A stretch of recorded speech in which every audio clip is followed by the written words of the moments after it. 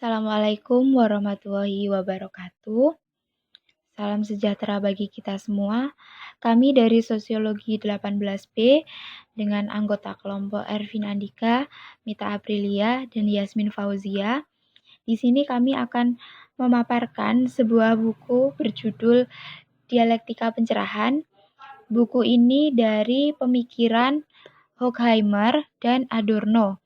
Horkheimer sendiri lahir di Stuttgart pada 14 Februari 1895.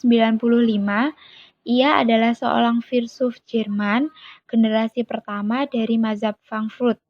Kemudian Adorno lahir pada 11 September 1903. Ia adalah seorang sosiolog, filsuf, musikolog, dan komponis berkebangsaan Jerman pada abad 20.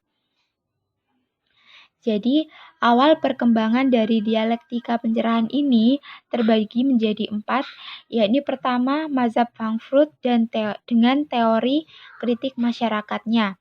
Yang kedua adalah teori Marxis. Yang ketiga adalah isu positifisme Barat dan saintisme Marxis. Yang keempat adalah kapitalisme Barat dengan sosialisme Bolsheviknya.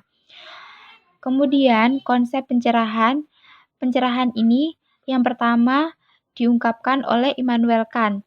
Di sini Kant berpendapat bahwa pencerahan merupakan kebangkitan dari manusia dari ketidakmatangan dirinya, di mana manusia yang tidak tahu menjadi tahu. Menurut Kant berpendapat pencerahan seperti itu. Kemudian mitos menjadi pencerahan dan pencerahan menjadi mitos. Di dalam mitos terdapat sebuah pencerahan dan berbalik, pencerahan menjadi mitos. Bacon juga berpendapat bahwa pencerahan menimbulkan kemenangan yang menimbulkan bencana. Program terhadap kekecewaan dunia, penghapusan mitos dan diganti dengan pengetahuan karena tahayul.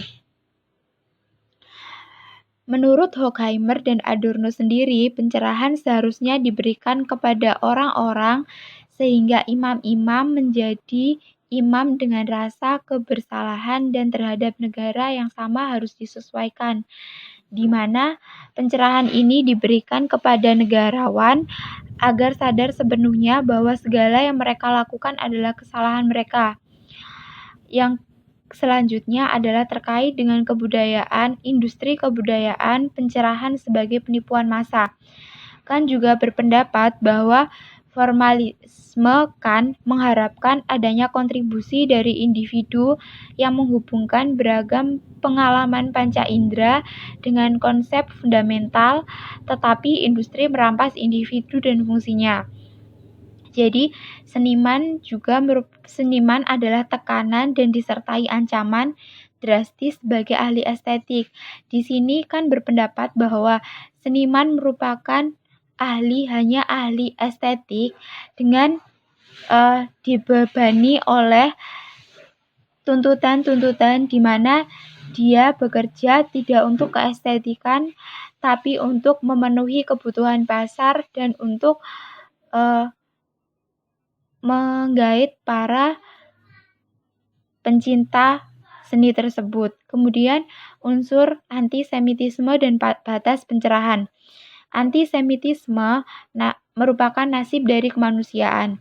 Antisemitisme dianggap sebagai sebuah gerakan yang didasari golongan dari masyarakat melawan kaum demokrat sosial untuk mendapatkan keadilan. Antisemitisme sendiri merupakan skema yang tidak tertanam dalam sebuah ritual peradaban dan program dan sebuah pembunuhan ritual sejati. Selanjutnya dalam bab terakhir, judul dari bab ini adalah mengapa lebih baik tidak tahu. Chamberlain berpendapat bahwa kepandaian digunakan untuk membuktikan kebodohan, dan keniscayaan merupakan kontradiksi antara kebodohan dan kepandaian. Pelajaran yang diajarkan oleh Hitler, lebih baik tidak terlalu pandai. Orang-orang yang berkuasa di Jerman merupakan lebih pandai dan lebih bodoh dibandingkan dengan orang-orang liberal, di mana kemajuan menuju tatanan yang baru didukung oleh sebagian besar orang-orang yang kesadarannya tidak terlihat dalam kemajuan. lebih baik individu yang di sini bahwa individu yang bangkrut dengan kepentingan persekutuan dan kebodohan. Itu mengapa lebih baik tidak tahu, dan itu merupakan pelajaran dari sejarah yang diajarkan oleh Hitler. Sekian dari presentasi kami. Apabila ada kurang lebihnya, kami mohon maaf sebesar-besarnya dan terima kasih.